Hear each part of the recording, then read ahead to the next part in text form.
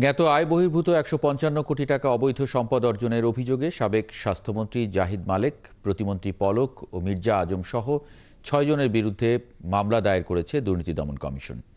বৃহস্পতিবার দুদকের ঢাকার সমন্বিত জেলা কার্যালয়ে এ বিষয়ে ৬টি মামলা দায়ের করা হয়েছে। এতে সাবেক স্বাস্থ্যমন্ত্রী জাহিদ মালিকের বিরুদ্ধে ৬১ কোটি ৫৬ লাখ টাকা এবং তার ছেলে রাহাত মালিকের বিরুদ্ধে ১১ কোটি ৮৪ লাখ টাকার জ্ঞাত আয় বহির্ভূত সম্পদ অর্জনের অভিযোগ আনা হয়েছে। সাবেক ডাক, টেলিযোগাযোগ ও তথ্য প্রযুক্তি প্রতিমন্ত্রী জুনায়েদ আহমেদ পলক ও তার স্ত্রী আরিফা জেসমিনের বিরুদ্ধে প্রায় ১৯ কোটি টাকার অবৈধ সম্পদ অর্জনের অভিযোগ আনা হয়েছে। এছাড়াও সাবেক বস্ত্র ও পাট প্রতিমন্ত্রী মির্জা আজম ও তার স্ত্রীর বিরুদ্ধে দায়ের করা ২ মামলায় ৭২ কোটি টাকার অবৈধ সম্পদ অর্জনের অভিযোগ আনা হয়েছে। এছাড়াও আওয়ামী লীগের সাবেক ৫ সংসদ সদস্য ও তাদের পরিবারের বিরুদ্ধে বিদেশ যাত্রায় নিষেধাজ্ঞা দেওয়ার সিদ্ধান্ত নিয়েছে দুর্নীতি দমন কমিশন।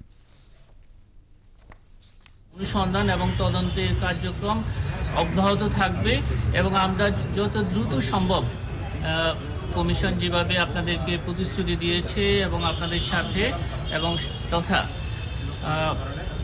রাষ্ট্রের প্রয়োজনে যা যা করণীয় সবই করা হবে এবং দ্রুততম সময়ের মধ্যেই সবকিছু করা হবে।